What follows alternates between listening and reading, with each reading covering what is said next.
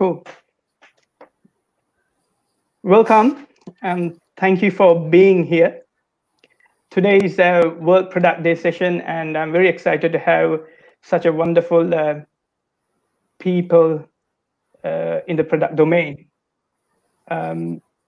Today, before introduce myself, my name is Arshad, and I'm one of the co-organizer Product Tank Colombo here.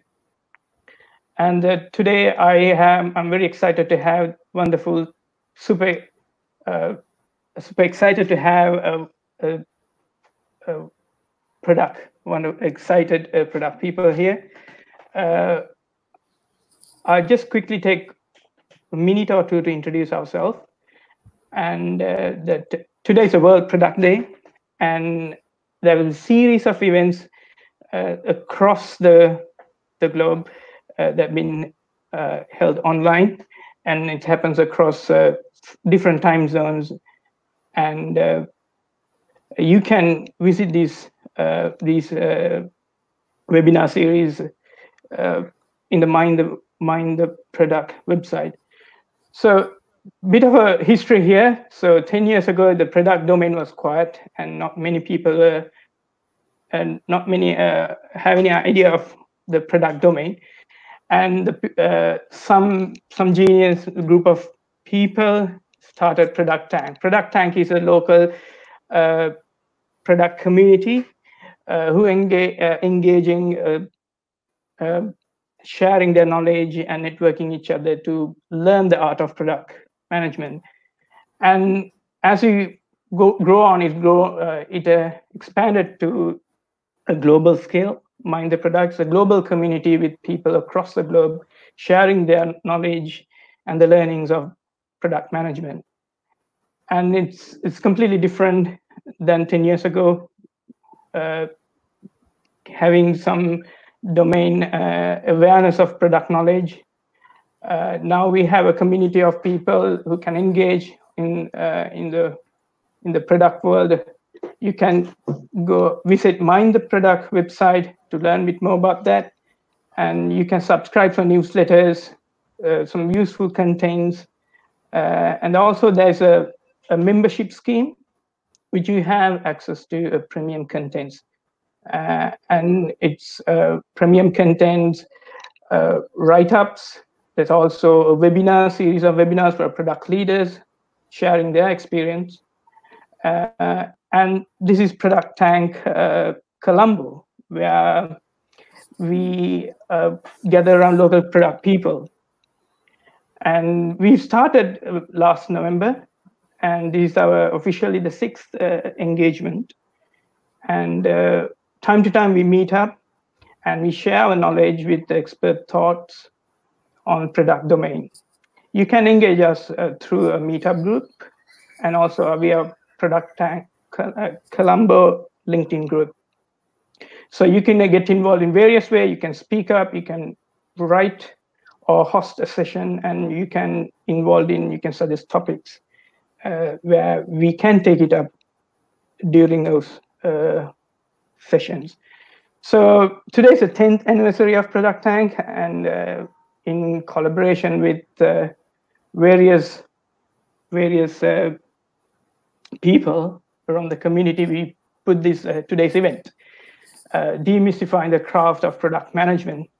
And we have this having this event in collaboration with Suscom. And let's get into today's speakers here. Danica Pereira, welcome Danica. Thanks for taking our invitation. Danica is a serial entrepreneur, and he's our second visit for our session. Welcome Danica, it's a pleasure to have you. The next speaker is Amila De Silva, Senior Software Architect at 99X Technology. Hi Amila, a warm welcome to you. Thank you. Thank you. And Chaturaka is a Director of Product at Codify. Welcome Chaturaka. Thanks for taking this invitation. Hi Arshad. Always a pleasure. Cool. I'll have to switch screen now. Thank you very much. So just before we get into Q&As, I'll just briefly introduce into the topic. So why we picked up this topic. Um, as you know, technology evolves, and so does the people who uh, in that domain to set par with that technology change. So product manager is such a role that it had been evolved in recent past.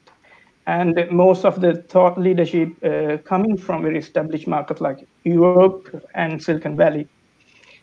And I have a great, super diverse cast of product leaders with me. So I, I'm very truly honored to take them and share their experience on this. So let's get into this. So one of the challenges that I face is when someone asks what I do as a product manager here. So Chaturagada, let me start the first question from you. How do you define or how do you call a product manager here? What's usually his day would be like? Yeah, so I think in Colombo, product management is relatively new as a subject. And if you tell anyone that you are a PM, you'll be granted as a project manager. So that's the stage we are in when it comes to product management at Colombo. So the question that you get is pretty much a usual question that we all get in product. So product management is like if you take all the features that we build in our tech products, more than 50% of these features are not used.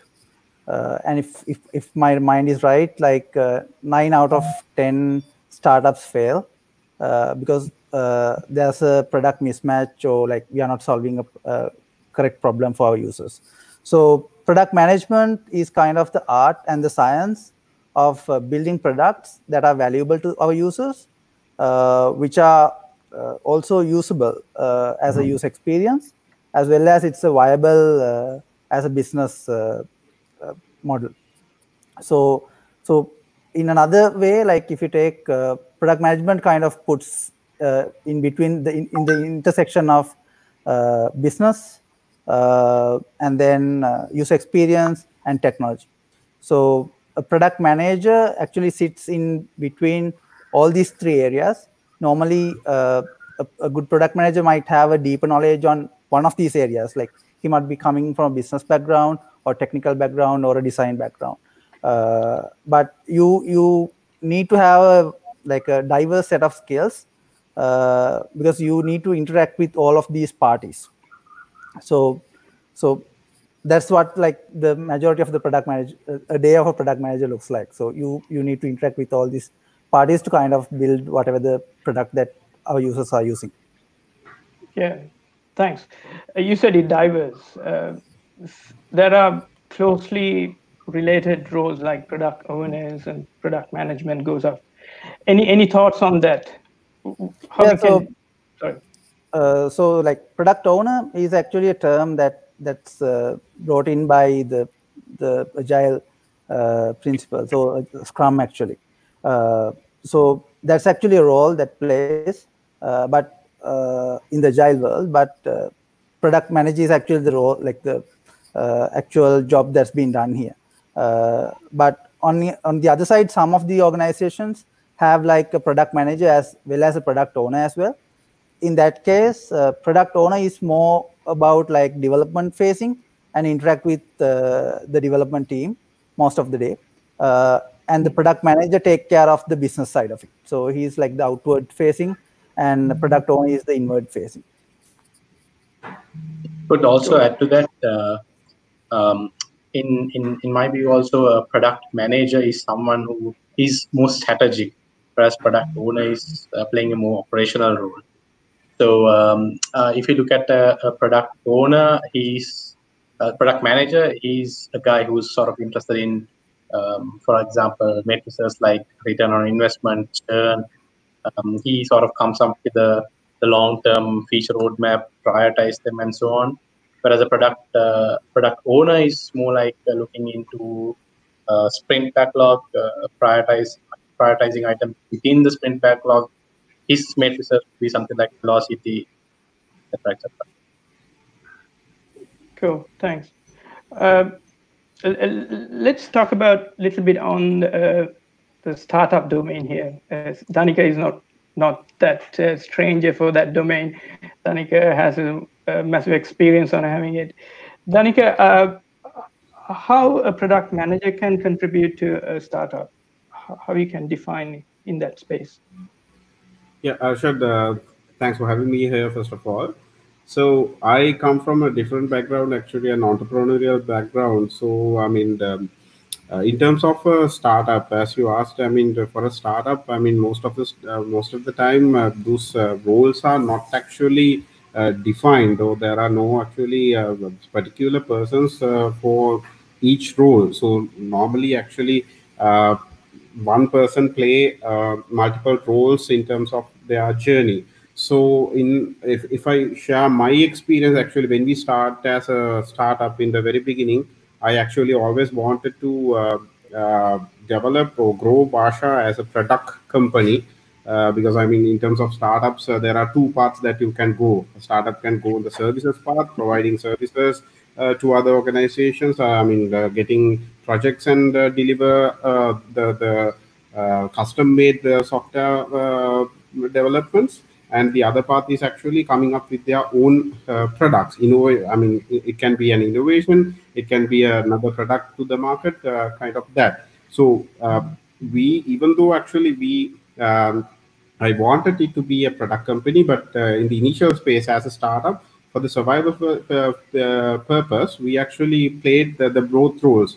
So in that case, actually, when we do products, actually, I mean, I played multiple role in my organization, from the product innovator to product leader to product manager. Actually, I had to play multiple roles because I had a very small team which actually took care of the technology side, I mean, development and the marketing of the product. So I have to play I mean, a mixed role in terms of building our product.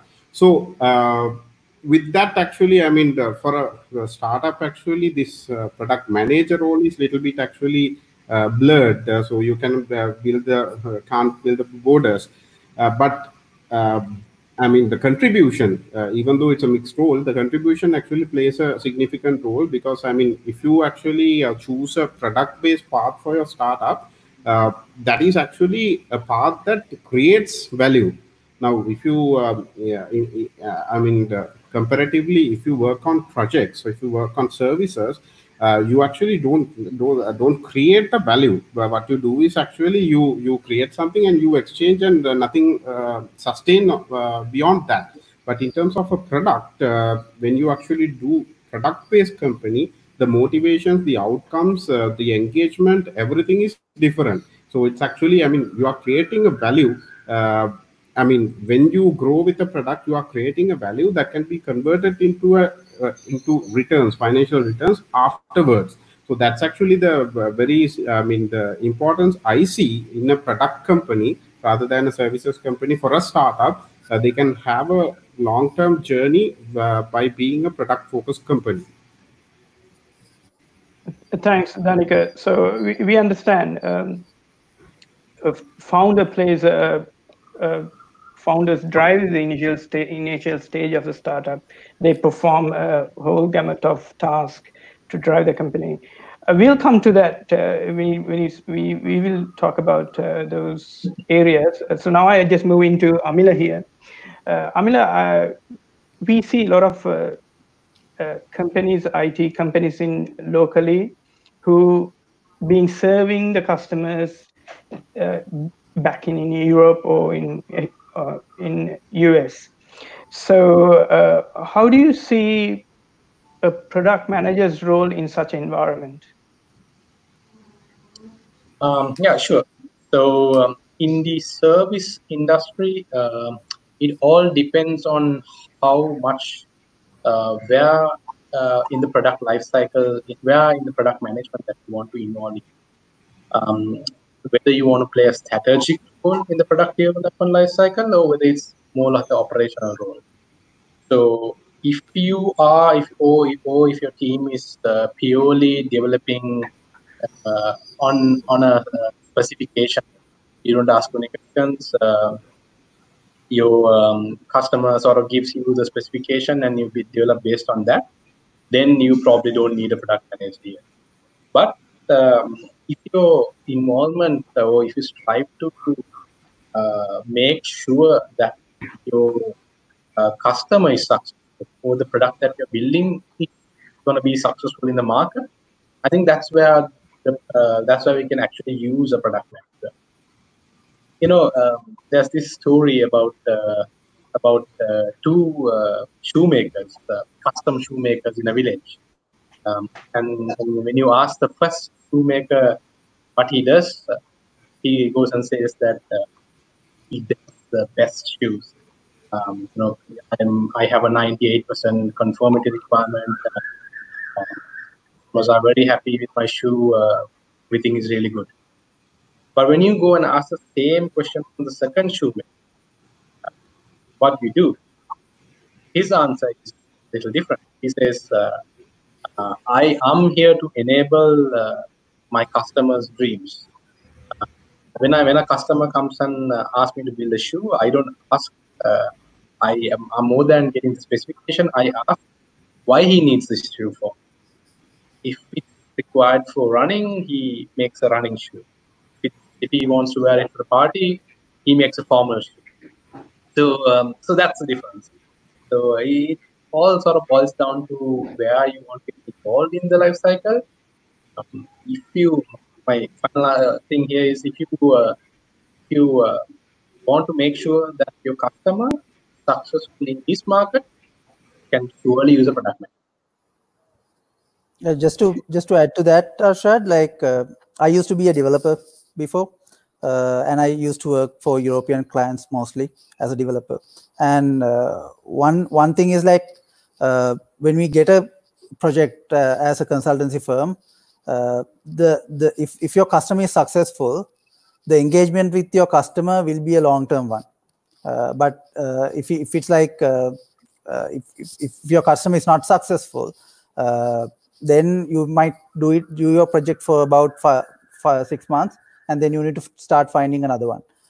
So I think it's very valuable, even though they don't reach us in a strategic level, that we reach out to them and say that we care about their success. And a product manager role in local offices can help immensely towards that.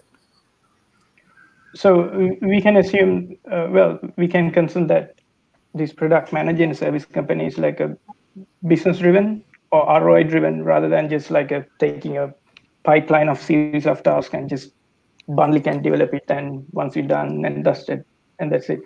But it's more than that. It's more than that, right? Thanks for your thought. Let's put a hold here for 1 second, and I have some questions coming in from Omar Al-Said.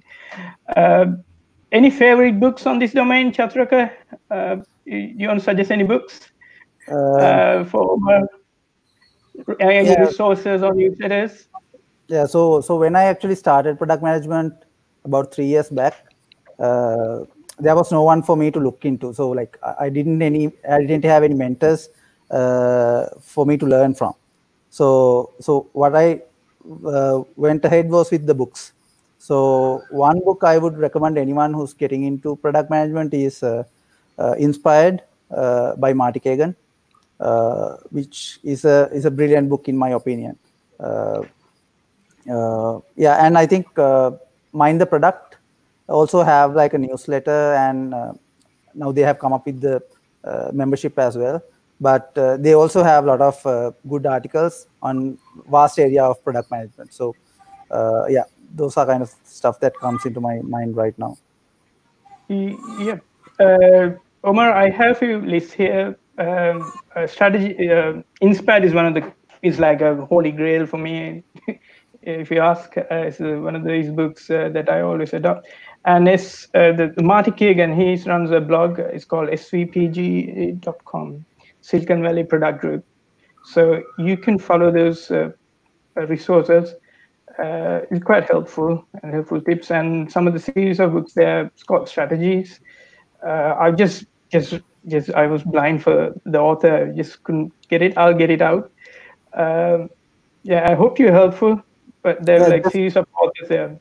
Just one more Sorry? thing to add. So one thing that has been helpful for me is that not only I tend to read not only product management specific books, but stuff like other areas, like let's say marketing or sales, or like when it comes to writing stuff. Because as a product manager, you work with diverse set of stakeholders. So you should have some sense of knowledge when you talk to sales guys about sales or marketing guys about marketing. So not only product management books, but stuff like other stuff also, like other areas also are really helpful. Amila, you can add if any, Danica, any resources that you think product management that you follow, if you have any. So I can talk about one thing actually. I mean, product management, of course, is a very complex thing. So if you are looking for some guidance, I can suggest that we have a community which we have built around this um, difficult concepts. If anyone is interested, you can actually go to winningproduct.com. This is a group of product management enthusiasts pushing or rather sharing knowledge among ourselves. So it's a free and open community. You can contribute to GitHub, and also if you know anything better than everyone else, you can learn the material there. You can if you know anything better than your else, just contribute. So that is the new initiative. It's a very new initiative. That's something that we can definitely look into. Okay, Danica, the question that is posed by Nandini, maybe you may be help with that. What are the roles you see as critical in product company of a startup culture was a bigger scale product company? Maybe Danica, Amila, I hope you could contribute anything. I start with Danica if you can. Yeah, actually, I mean, when it comes to a product company in terms of a startup, I mean, mainly we go through a process when we actually come up with a new idea or new product, right? So in that case, actually now, I mean, various teams follows different mechanisms. Some actually just do follow the, I mean, the vision of the entrepreneur or the founder, and actually the founder defines that, or then actually a team actually do brainstorming and come up with ideas and improve that and get into that. So likewise, actually, I think for a product startup, initially the most important thing is come up with the ideas and find out the product that they are going to build up. Then actually it's actually the product leader plays a major role when envisioning the product roadmap. I mean, where we are heading with the product, what is the roadmap that we are going, and what are the phases that we actually roll out the product into the market. So I think the entrepreneur, the founder, plays the very major role in that. And if the leadership is actually quite strong, then actually the leader can actually work with all the teams, engineering team, Q&A team, and marketing team, to get their product into the market as they actually stand out. Amin, do you want to add anything? Yeah, sure. So even in the service industry, some of the challenges remain the same. One thing is product owner, the challenge the product owner, product manager has to play sort of many hats. So he or she has to sort of work with customers, identify their requirement. Most importantly, you need to find out what customers are willing to pay for, and that would be your input to the product roadmap. And relating to my previous question as well, I mean, one of the common issues is, especially if you are in a service industry, if your end customer is halfway across the world, how would you do this, right? But what I'm thinking is, if COVID-19 has taught us anything, remote working is possible.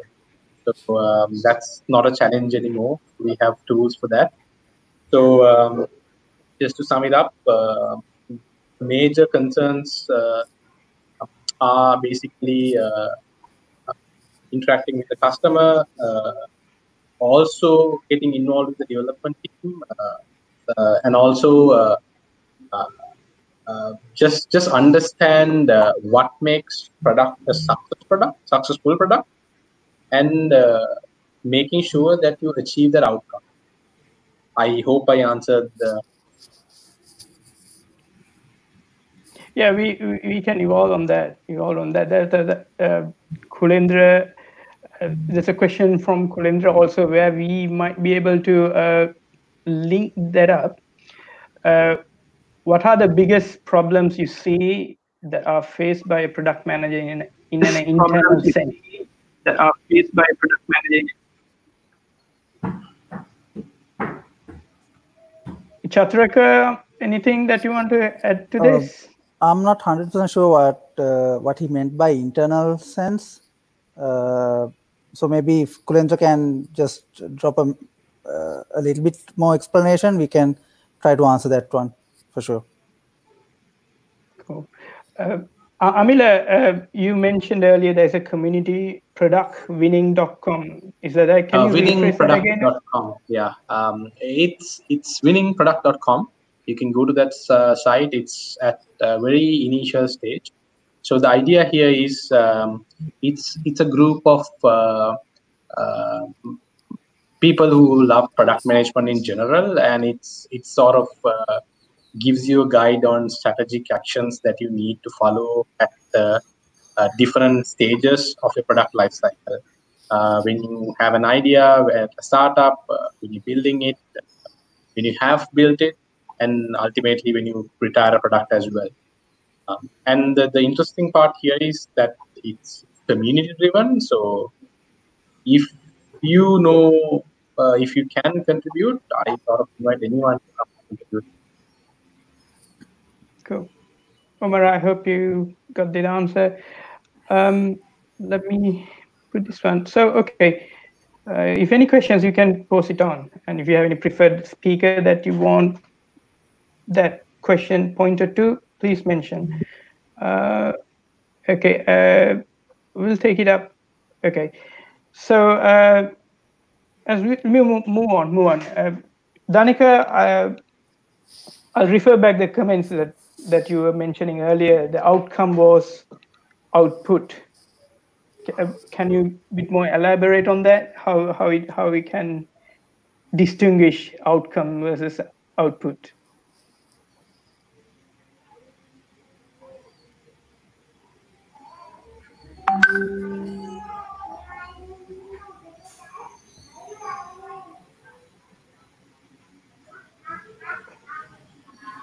I hope everyone hear me.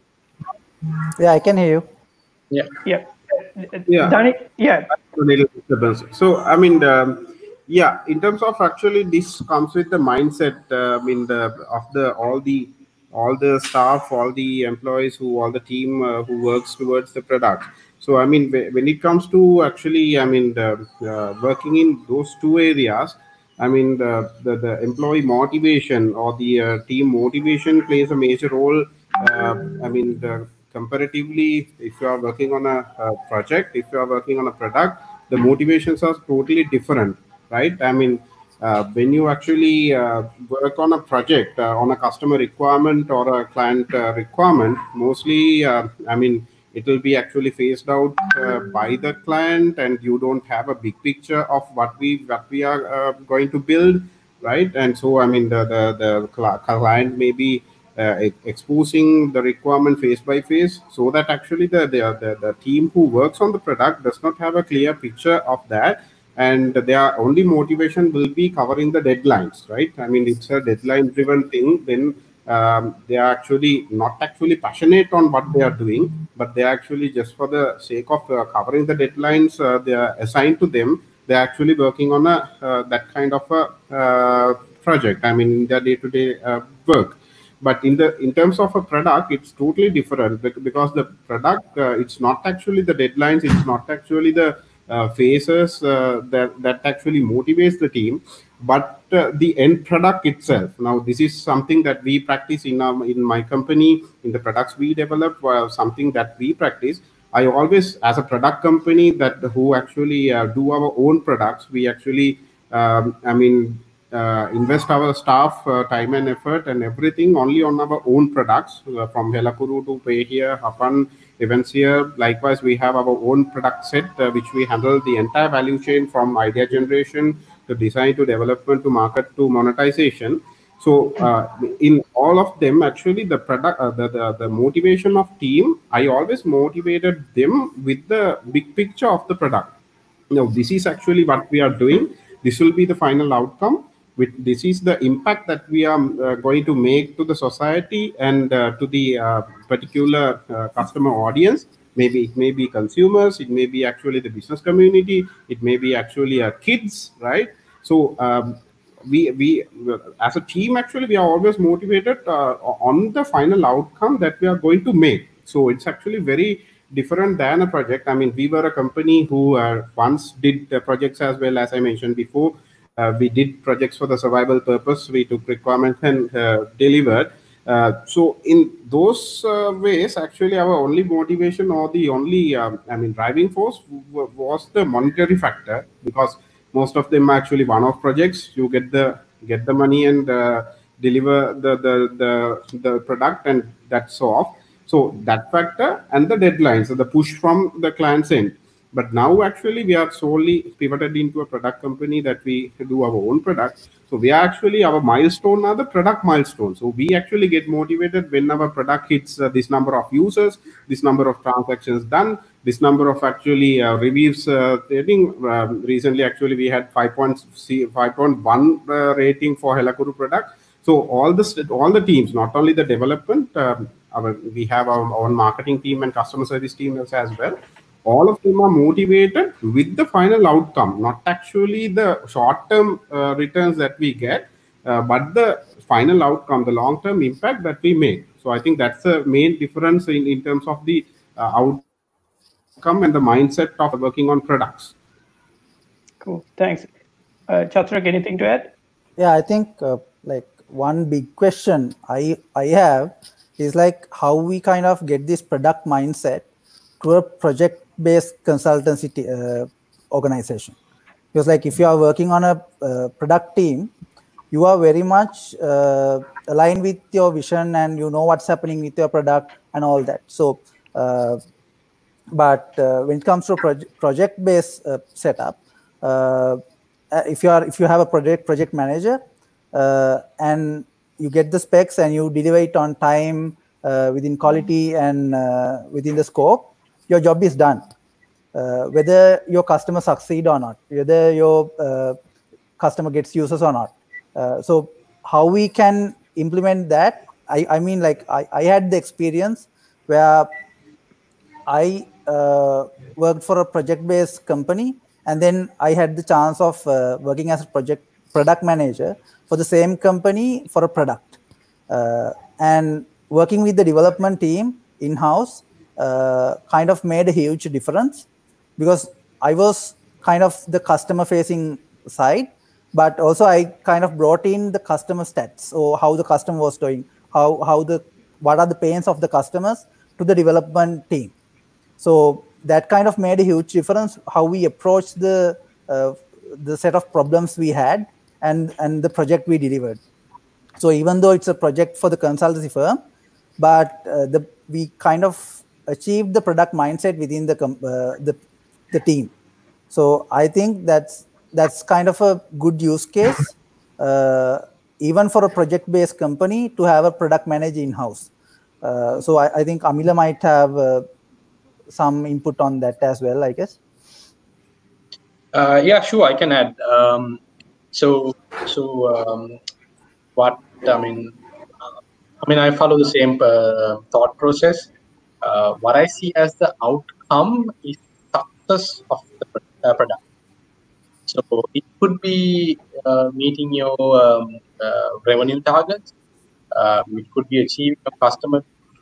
So that's the success of the product, which is the outcome. So especially, I think like Chatragan on. If you really worry about, especially when it comes to development, really worry about building what you think is right, what is there in the specification. You don't ask the right questions. Ask the questions like, is this how useful is this feature that I'm developing to a end customer? So if you start thinking about the outcome, if you start thinking about the problem, the overall big problem that your product is eventually ultimately going to, then even as a developer who might not see the customer all the time, you still start thinking about the right question.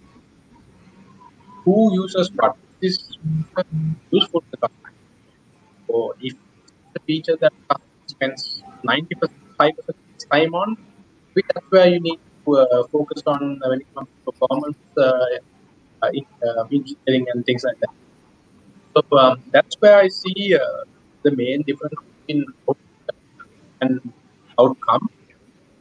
And with this topic, I think one of the closely related areas that you is absolutely essential, and it's a part of a product manager to um, communicate this outcome or communicate makes product a success to the entire team. Cool. Thanks for the thoughts, guys. So, yeah, let's take up Kulinda's question. So, I have for you. What are the biggest problems you see that are faced by a product manager in an internal sense? So he mentioned it by internal means. He meant is within the company. Yeah, answering that, I guess like everyone, like if you are on a product company, you have multiple stakeholders. So you have sales, you have marketing, you have operations. So one problem that we get most of the time is that everyone wants some feature developed that kind of required by them. So sales might need a feature that helps them to sell their product, or what do you call marketing would need some feature that helps them to do the marketing. Operations to improve the efficiency of the operation. So how we balance these requests, sometimes we have to say no to some of the stakeholders. So that's something I think from a cultural background, that's something hard for us. I think we are not used to saying no. We sometimes like take all in, and we feel like they might take it personally if we say no. So being able to say no, I think that's something all product managers need to develop, I guess, even though we have a different cultural background. I mean, do you have anything to say in an internal setup, in a technical environment, in established frameworks? For me, I think I pretty much follow what was talked here before. I guess challenges remain the same, just that your customer is different. rather than focusing on a customer outside, you focus on the customer inside. But your challenges will remain the same. And I agree, it would be very difficult to say no, especially when it comes to an internal setup. But it is what it is. So you have to do what is required. Yeah, one thing that worked for me was like when it comes to saying no, is that you back up why you say no. You can't be saying like I don't have time or whatever like that. But if you kind of if you spend some time explaining why we cannot have this at this moment, and try to understand their perspective as well, then it might like we might be able to find a better use case.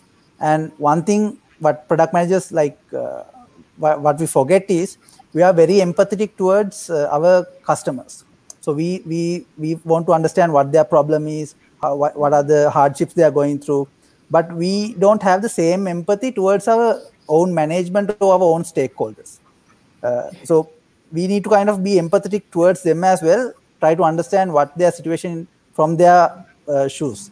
That kind of had helped me in the past.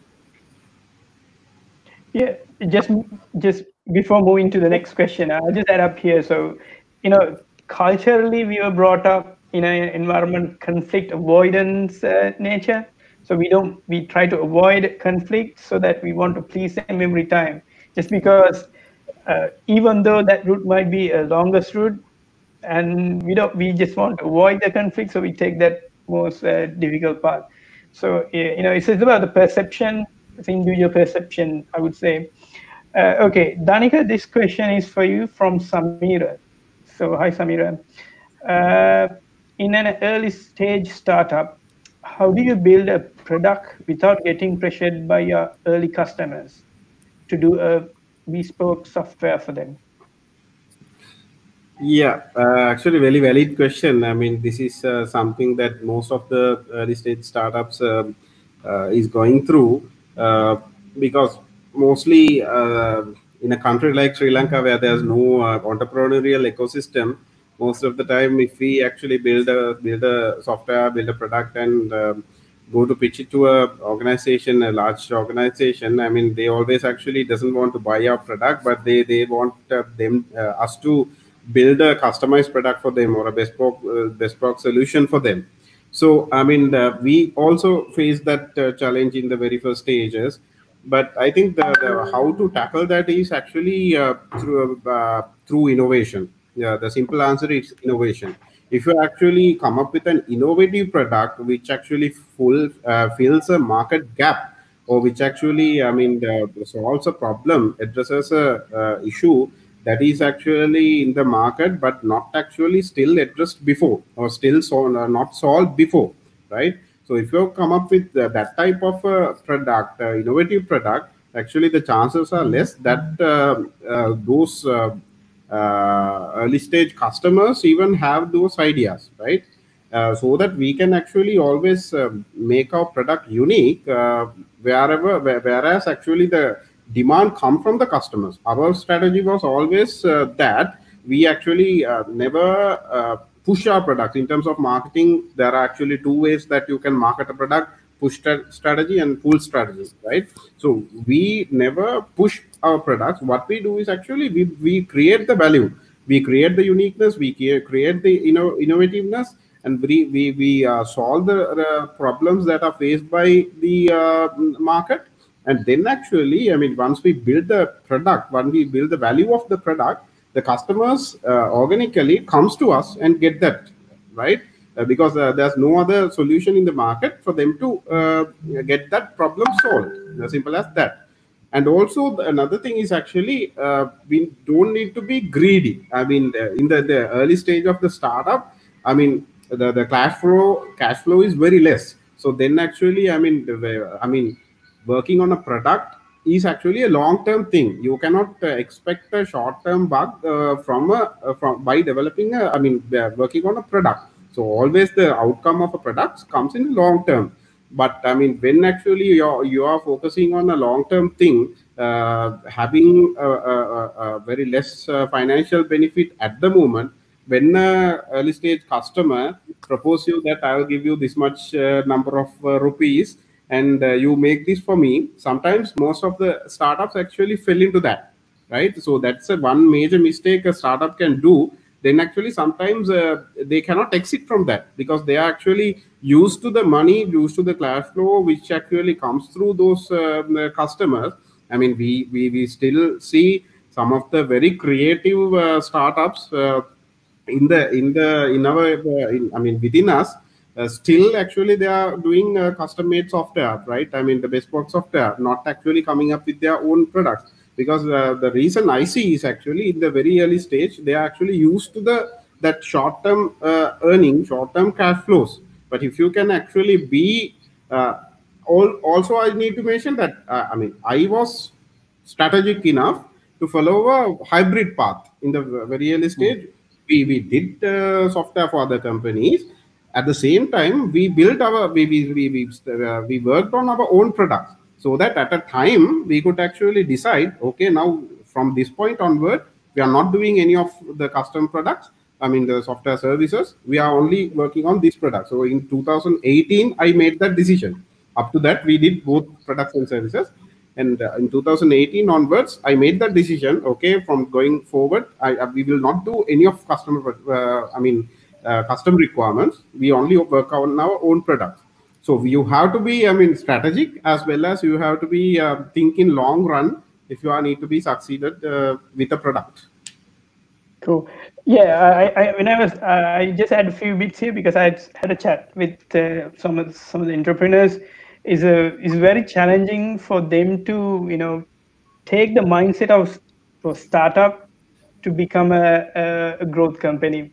Because when you say startup, it's like a lot of challenging, lot of early stage, those challenges will be there, but to come over from that startup mode is it's a little bit daunting and it takes time.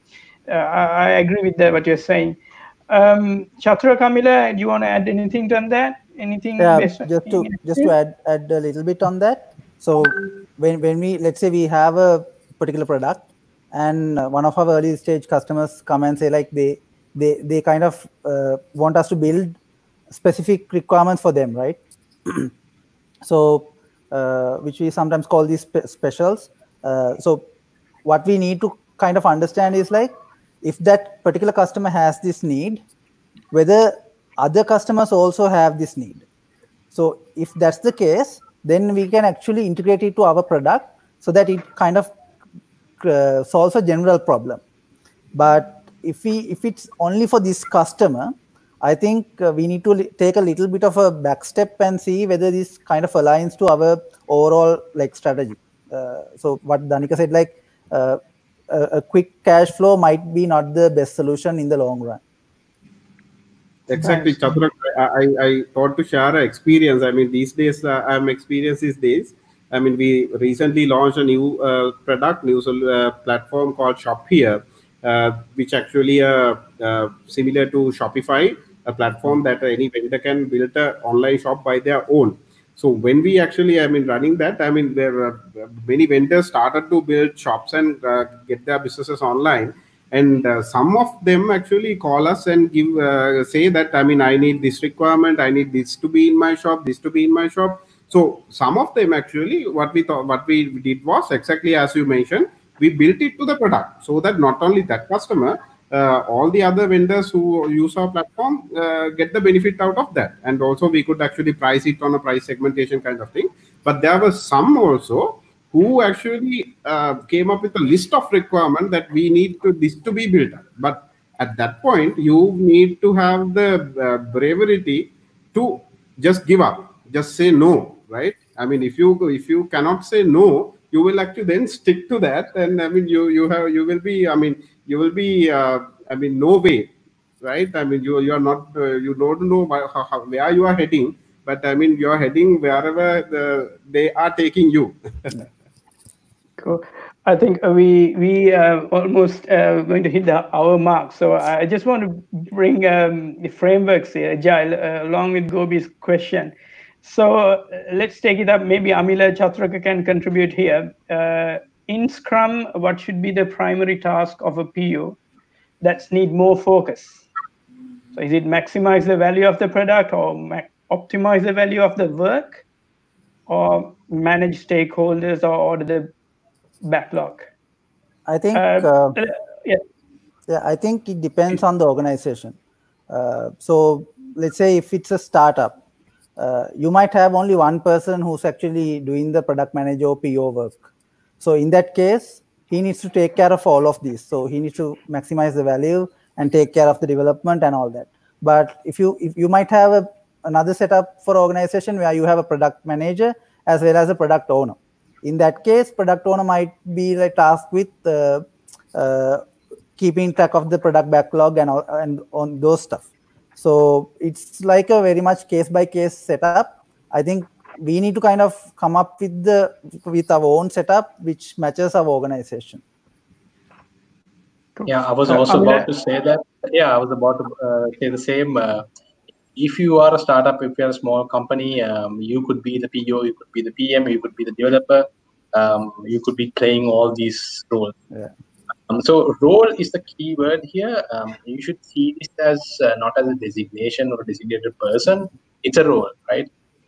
You could product management role could still be played by a developer or QA engineer or anybody. Just that what comes with the role is what is important. So, so the question was mainly about the product owner and the agile framework, which is very close to development. Yes. So a product owner again is the role of a product owner is very close to development. But if he is playing the role of a product manager also, then we are talking about something completely different. And even though it's not like 100% like relevant to this, I want to bring this concept of like servant leadership that product managers need to kind of adhere to, because sometimes you don't have like designated stuff to do. Like what you need to do is like pick up whatever the rest that falls through the cracks of your team. It's like you might have to do some documentation to help out your developers or help out marketing. So there's no particular definition for a product manager. It's just like you need to do whatever it takes to make your product a success. So sometimes I've stayed with my developers. I know that I don't bring any value to them, but I stay there for ordering the food, because that will help them out to deliver faster. So you need to do whatever it takes to bring your product to a success. Cool. I think success is the key word. Product manager is mainly looking into making sure that the product is successful. Yeah. Cool. I'll just flash.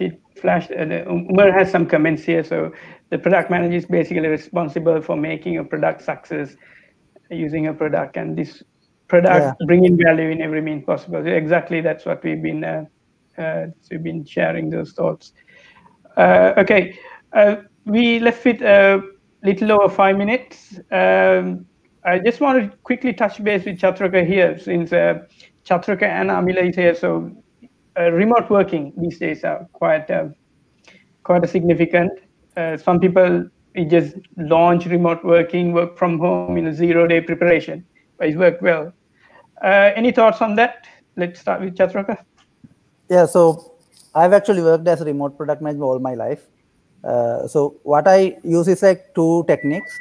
One is like quantitative and other is qualitative. So for quantitative, I try to get my hands on any data possible that kind of give me some insights on my customer behavior.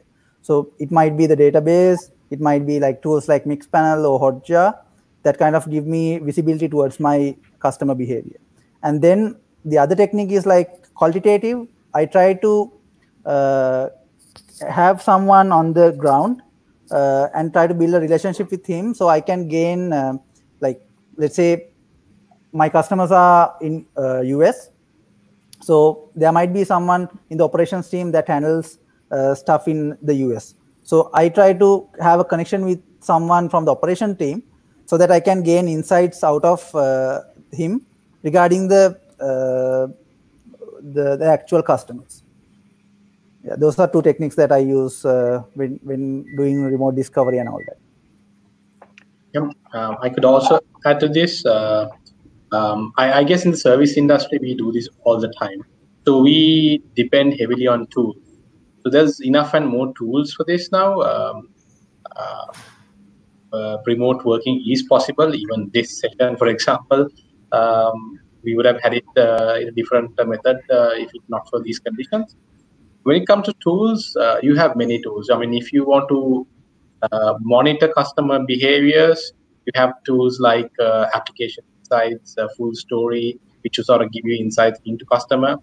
If you want to talk to customers, of course, there's enough and more tools. If you are sort of worried about, or rather, if you want to be in touch with the operations, there's tools like Jira and things like that. You can do that, task tracking tools. So there is enough and more tools to do this. So I think this day and age, of course, if you're not seeing a customer or seeing people face to face, you lose a bit of touch. But in this day and age, I don't think that's an Cool. I think we have a few minutes left, so let's take each of you have a round of questions. Final thoughts on product management. Let's start with Amila this time. Sure. So what I just want to say is, with product management, think big, think strategic, think outcome based, and align everything that you do towards that. Yeah. Thank you, Danica. Yeah. So on in entrepreneurial view, I mean, if I talk, if you are focusing on a product, I mean, my advice is actually, I mean, try to build a product that fills a market gap, that actually solves a real world problem that has been not solved before. So that, I mean, you can as a startup, as an new entrepreneur, you can always actually go into a blue ocean and compete with the giants with your innovativeness, with your uniqueness. And also the last advice is actually, when it comes to a product, it's always actually long-term returns, long-term goals that you should have. So don't actually go before your short-term returns, but always focus on the long-term value creation. Cool. Thanks, Chaturanga. Yeah, I think product management is a area that's been picking up, and as we get more startups in our Colombo ecosystem, we'll actually need more product managers to handle these products. And one thing I can ask everyone to do is, like, whether you work on a project or a product, think why you are building this, what value it brings to your customers, and question back why we need to do this. So that means if we can cultivate that mindset, I think it will be a good step for us to kind of groom our next level of product managers. Cool, thanks. Yeah, time to time I picked up some of the keywords here. Is like a vision, strategic, more long-term oriented thing. So I'm completely agree with that. A vision is something that product manager is inbound to think through that. So that will make the difference between the product manager and the rest of the other roles. And with that thought, let's wrap it up. I must thank you, all of you, giving this time for share your thoughts, speakers, as well as who've been participating in this channel. Again, thank you very much. And I hope you get a few learning points here. And for us as a product tank community, product managers community, you can reach us in many ways. You can reach us, subscribe to our meetup group, or you can post some messages through LinkedIn group. So we'll be in touch. And while I say thank you and join joining this session. I would say stay safe, stay home, stay safe, stay home, and I wish you all the very best in your endeavors. And all the speakers and participants, thanks again, and wish you all the best. Thanks, Arshad. Thank you. Pleasure to be here. Thank you. Okay. Thank you. Bye. Bye.